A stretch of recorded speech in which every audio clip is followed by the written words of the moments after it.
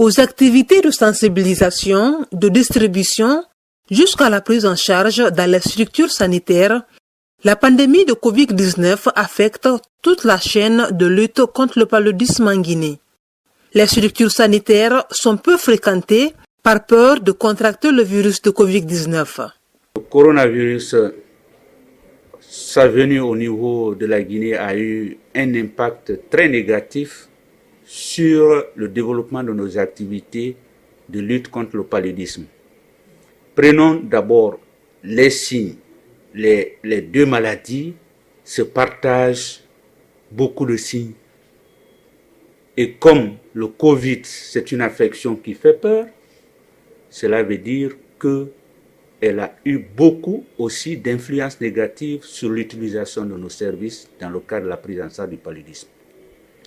Et les gens ont eu à changer des recours de services, ou rester à la maison, ou encore repartir sur les tradithérapeutes qui n'ont pas tout ce que nous avons comme arsenal nécessaire. Dans les structures sanitaires à Conakry, les activités reviennent progressivement à la normale. De plus en plus de patients viennent se faire consulter. C'est le cas du dispensaire Saint-Gabriel où cette mère est venue faire consulter son enfant. C'est mon enfant qui est malade. Elle a le corps très chaud. Je l'ai amenée à l'hôpital pour qu'on la consulte. Je suis maintenant au laboratoire, j'attends les résultats.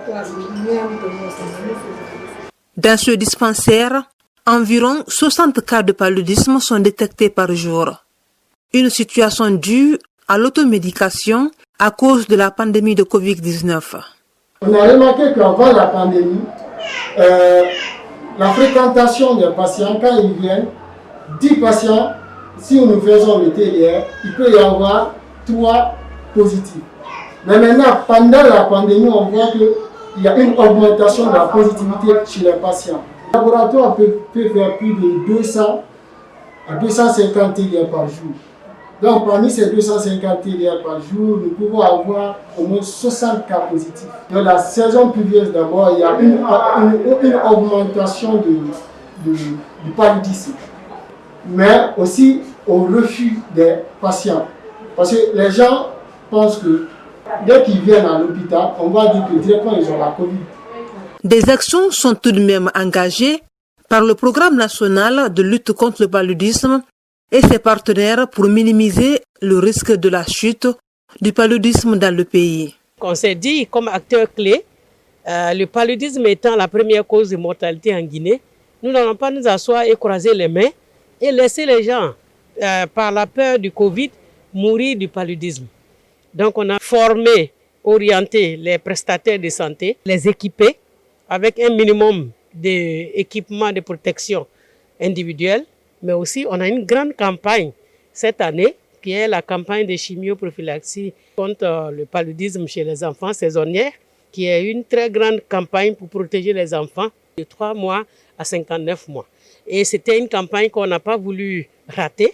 On a 17 DPS en Guinée ou préfectures qui mènent cette campagne, qui sont éligibles pour cela. Donc nous avons opté de continuer cette activité en protégeant les personnes qui vont donner ces services.